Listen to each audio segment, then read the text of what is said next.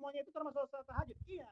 Namun bagi kita, kalau kita mau melaksanakan sholat yang tasbih tadi, kan sholat tasbih cukup panjang, maka sebaiknya kita sholat dulu 2 rakaat. Sholat apa namanya? 2 rakaat itu dinamakan sholat tahajud. Walaupun itu sholat hajat ataupun sholat taubat.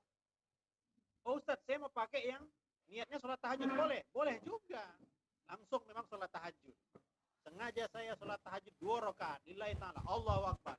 Inna a'tayna kulu wallahu ahad. Assalamualaikum. Bangun lagi.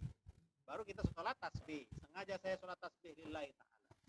Jadi, kalau ada sholat yang panjang dengan ada sholat yang ringkas, maka dahulukanlah yang ringkas. Jadi kalau kita malam, itu memang kita kalau mau sholat panjang, sholat witir 11 rakaat misalnya, maka kita dahului dengan sholat 2 rakaat yang ringan. Pemanasan. Jadi sebelum yang panjang tadi, kita pemanasan dulu 2 rakaat.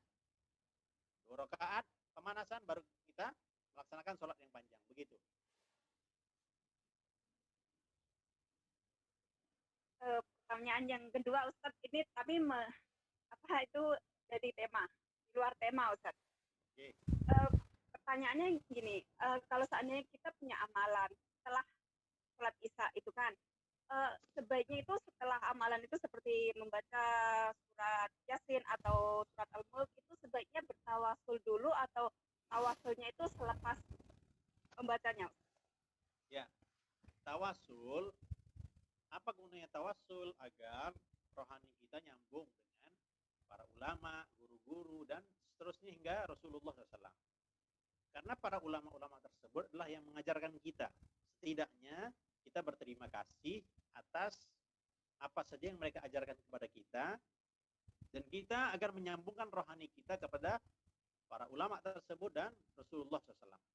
Nah, itu bacanya kapan? Sebaiknya sebelum kita memulai amalan.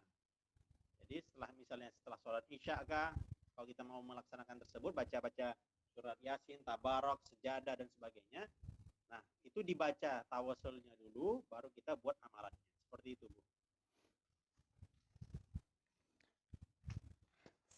Assalamualaikum Ustadz. Ya, Waalaikumsalam. Izin bertanya Ustadz, saya Nur Halimah. Mau bertanya ini terkait amalan-amalan. Saya dari SD sampai sekarang masih menjalankan amalan yang diperintah atau dikasih nasihat oleh guru saya. Nah, kalau amalan itu tidak saya laksanakan, itu kayak merasa nggak tenang tiap hari itu. Terus kayak kayak punya utang gitu. Apakah perasaan itu, ya ini baca Quran amalan setiap subuh Ustaz. Dan kalau saya tidak melakukan itu, siangnya itu kayak resah, gelisah, terus kayak model kayak nggak karuan gitu. Apakah itu dari setan Ustaz atau bagaimana? Terima kasih. Assalamualaikum warahmatullahi wabarakatuh. Amalan yang biasa kita buat, yang istiqomah. Jadi ibu-ibu kalaulah misalnya ingin agar amalan itu melekat dalam hati kita, ingin melekat dalam istilahnya jasad kita, berapa lama diamalkan? Kalau misalnya ingin supaya kita zikirnya istiqomah, kapan dibuat? Setelah subuh. Setelah subuh zikirnya apa? Subhanallah, alhamdulillah, wala ilaha illallah, wallahu akbar 100, selawat 100, istighfar 100. Itu kita istiqomah dan mau kita buat hingga akhir hayat kita. Berapa lama latihannya itu? Latihannya 40 hari. Ibu yang mau istiqomah sholat tahajud supaya mendarah daging amalan itu sampai kita wafat, ingin sholat tahajud istiqomah, digolongkan maqam mahmudah, dapat derajat yang tinggi di sisi Allah. Berapa lama latihannya? 40 hari. Nah, kita alhamdulillah terbiasa melaksanakan sholat 5 waktu. Nah, orang yang sudah melaksanakan terbiasa dengan amalan-amalan tadi, sholat 5 waktu, tahajud, zikir pagi petang, itu kalau meninggalkannya tertinggal ataupun memang karena memang keperluan yang mendesak, sibuk, itu hati kita nggak enak. Itu apakah dari setan? Tidak. Itu adalah memang faktor kebiasaan. Faktor memang secara psikologis kita dengan amalan-amalan yang sudah istiqomah. Nah, maka setiap amalan itu hendaklah kita buat seperti itu. Kita mau istiqomah sholat tahajud, buat 40 hari sampai mendarah daging. Sampai kalau tertinggal tuh merasa tidak enak. Nah, amalan-amalan yang seperti itulah yang istiqomah hingga akhir hayat, itulah yang akan menjadi benteng kita. Ayat kursi dibaca, istiqomah dibaca dari dulu hingga sekarang. Itu ada energinya, itu ada tenaganya, itu ada powernya. Maka semakin banyak amalan yang kita buat istiqomah ketika beramal, itu luar biasa sebagai perlindungan untuk kita. Nah, minta maaf jikalau ada yang istilahnya kemasukan, biasanya kadang energinya kurang kuat, kalah dengan Om Jin. Om Jinnya lebih kuat amalannya, sehingga kita kalah. Nah, maka hadirin rahmati Allah, sama-sama kita berusaha untuk menjaga amalan-amalan kita, sehingga mendarah daging. Dan kalaulah tertinggal, Ustaz, saya sudah niat nih sholat tahajud, tapi pagi-pagi terkejut saja. Mau tahajud tapi terkejut, mau tahajud tapi terkejut saja. Gimana nih Ustaz? Jadi kita ketika paginya kita diqadha. Amalan sunnah, amalan wirid, kalaulah tertinggal, maka dianjurkan para ulama juga kita qadha kapan kita ada waktu, silakan langsung diqadha. Seperti itu, Bu. Terima kasih Ustaz.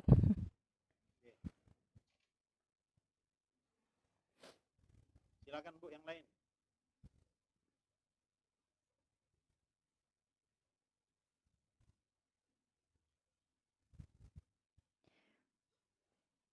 Ustaz, satu lagi boleh? Ada hadis yang menyatakan bahwa kita belajar itu nggak melihat usia ya, melihat usia batasannya sampai liang lahat. Apakah itu hadisnya sahih? Dan kemudian sebenarnya apakah ada dalam Al-Quran mengenai kemampuan seseorang itu sampai batas umur berapa gitu dalam Al-Quran mampu belajar gitu. Terima kasih. Assalamualaikum. Waalaikumsalam warahmatullahi wabarakatuh.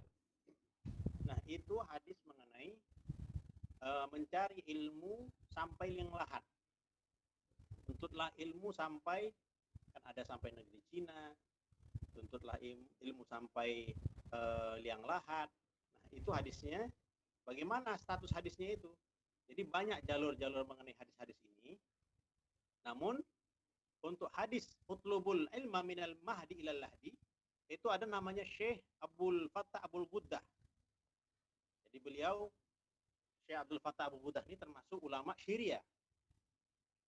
Nah, beliau ada menulis buku yang mana untuk penghargaan terhadap waktu. Nah, di situ disebutkan bahwa perkataan ini itu memang bukanlah hadis Nabi. Utlubul ilma minal mahdi ilal lahdi, memang kata beliau itu memang bukanlah hadis.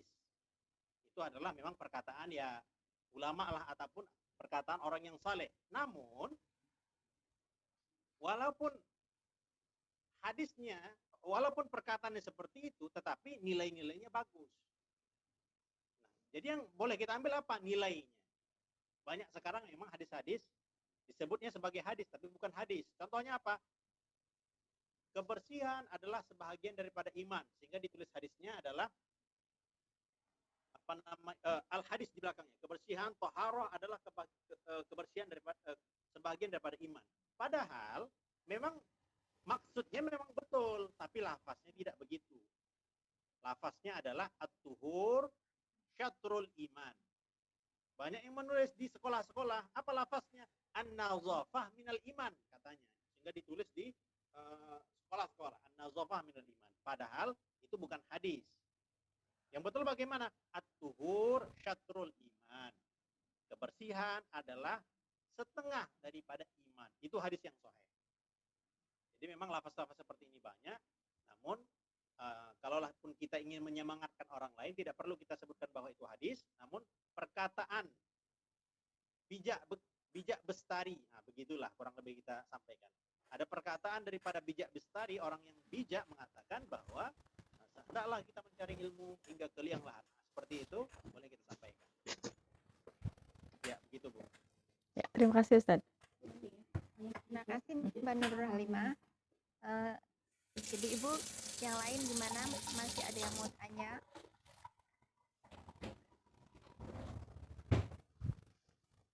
Masih ada waktu. Saya mau bertanya. Masih ada waktu, Bu. Ya, terima Mbak kasih. Nurul.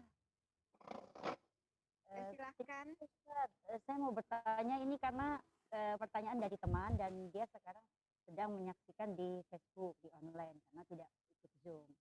Begini Ustaz, karena sebentar lagi kan kita mengerjakan ibadah puasa dan pada umumnya kami itu majelis yang berada di Cinsacol itu karena masjidnya itu mayoritas orang Pakistan, jadi kalau sholat Idul Fitri itu dipenuhi